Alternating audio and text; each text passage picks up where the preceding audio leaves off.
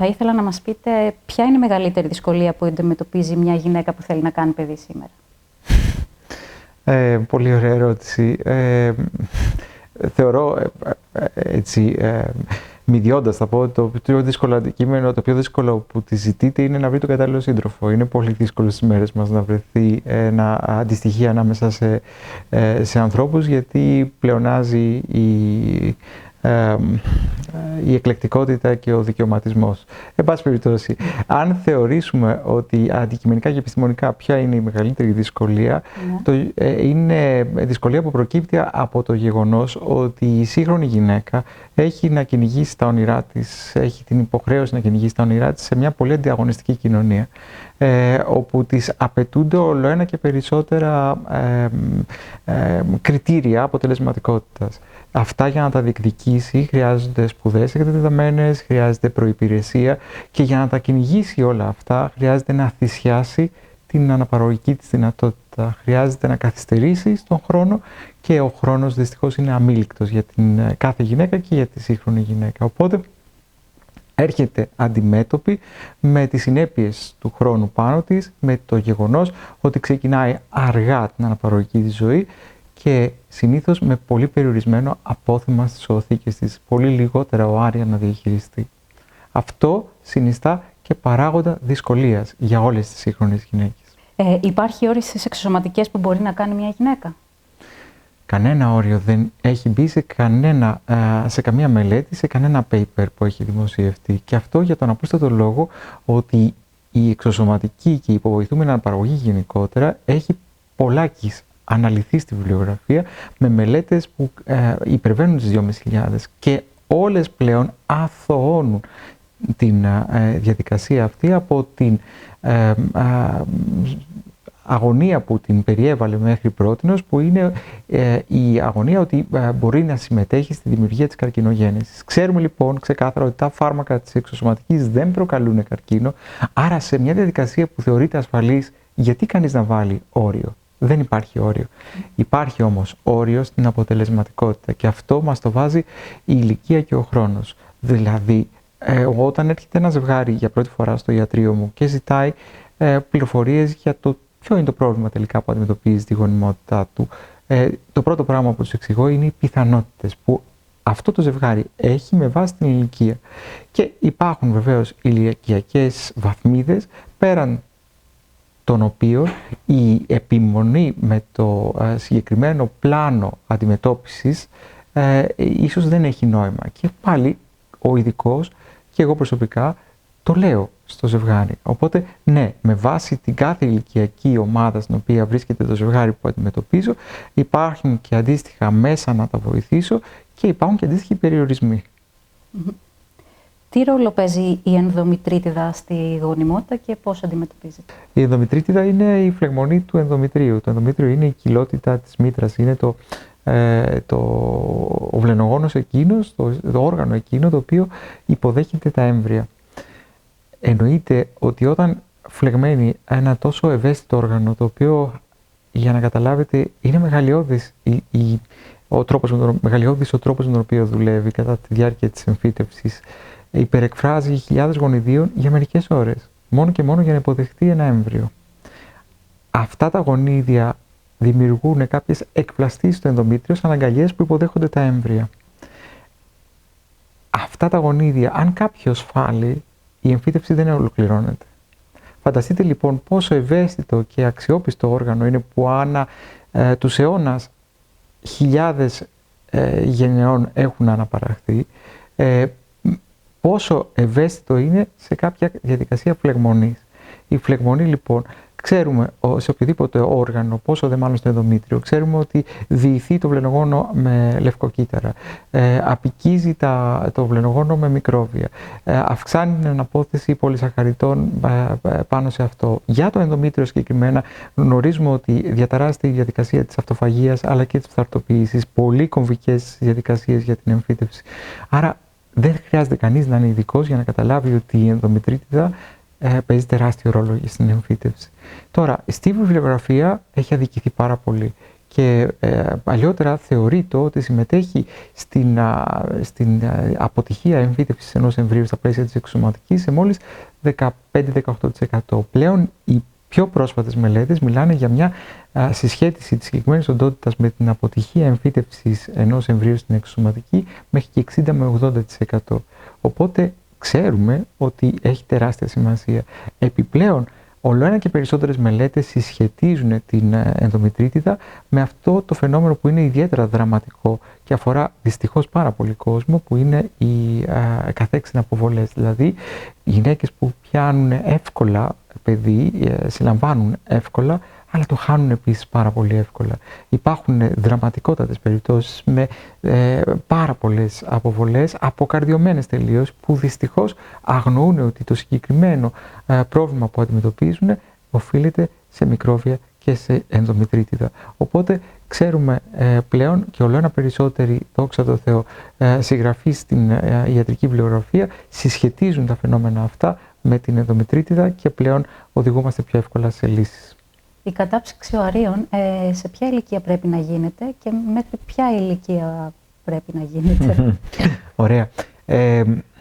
Η κατάψυξη οαρίων είναι ένα σύγχρονο μέσο που έχει και η σύγχρονη γυναίκα απέναντι στις προκλήσεις του χρόνου, αλλά και ο σύγχρονος γυναικολόγος για να βοηθήσει την ασθενή του. Στη βιβλιογραφία προτείνεται μέχρι τα 35. Βέβαια, δεν χρειάζεται όλες οι γυναίκες στα 25 τους να πάνε να κρυοσυντηρήσουν τα οάρια τους, αλλά η αλήθεια είναι ότι οι γυναίκες εκείνες που στα 25 έχουν βρεθεί αντιμέτωπες με μια πιθανή διάγνωση πτωχού οθυγικού αποθέματος, δηλαδή είναι πρικισμένες με λίγα οάρια από τη φύση τους, που δυστυχώς δεν είναι λίγες αυτές οι γυναίκες. Αυτές οι γυναίκες και στα 25 τους πρέπει να πάνε να κάνουν κρυοσυντήρηση οαρίων, αλλά και ακόμα νωρίτερα. Και ποια είναι η εξέταση που μας το υποδεικνύει? Μια απλή εξέταση αίματος που θα έπρεπε το κράτος να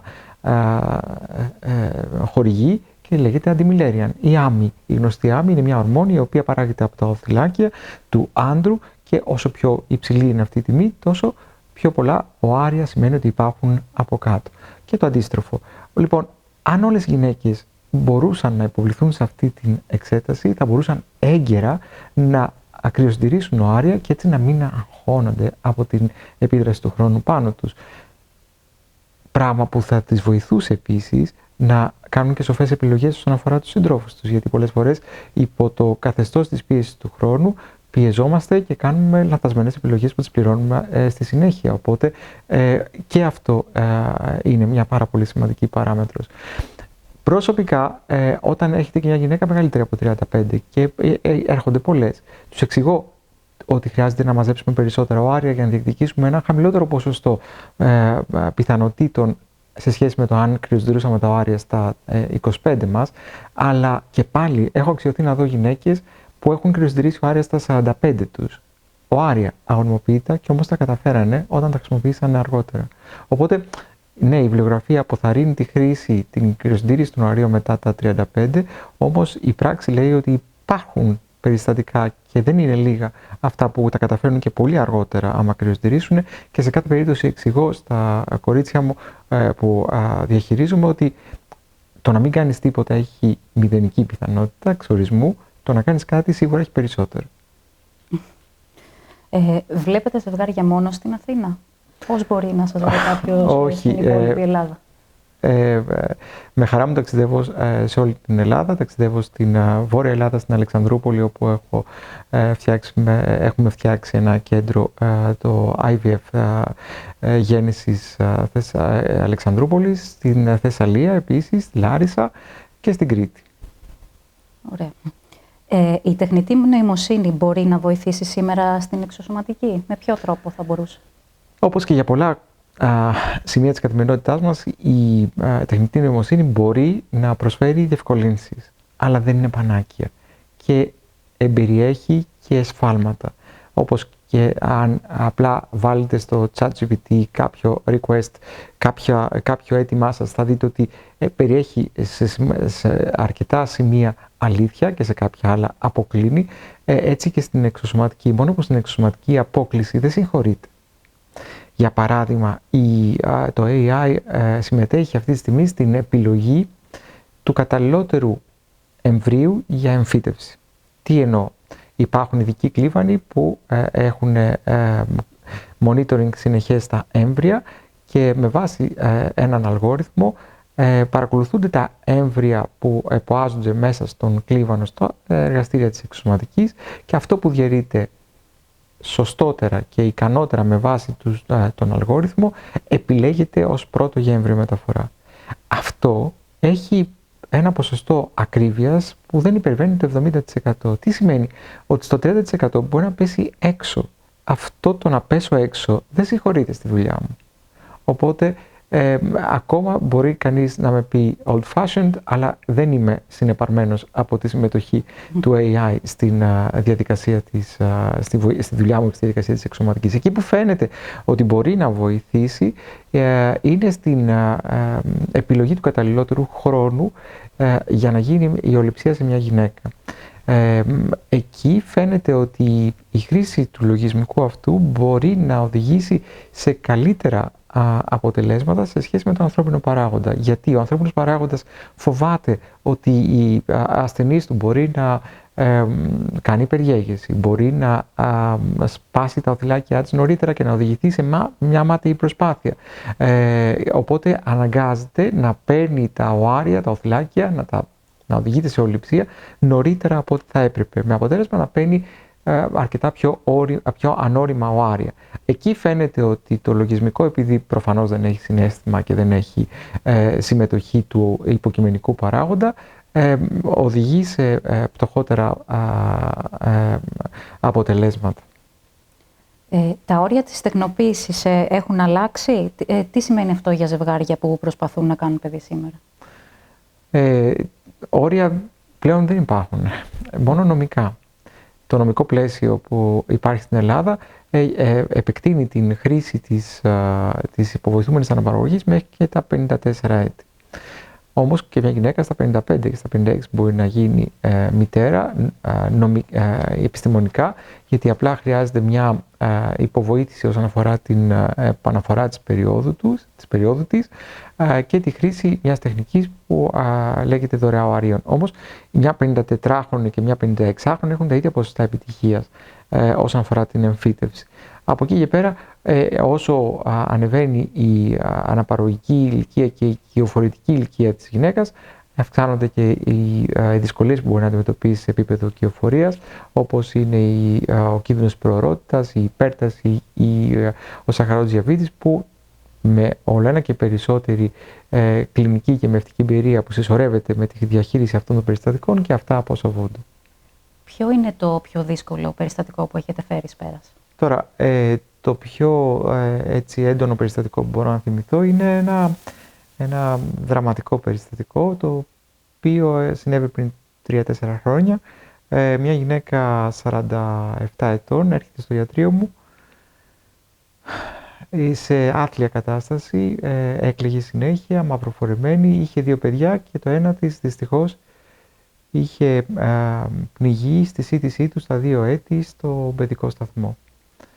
Με αίτημα να απαλύνει κανείς τον πόνο της, να τη βοηθήσει να απαλύνει τον πόνο της, αποκτώντας μια καινούρια ύπαρξη στην οικογένειά της.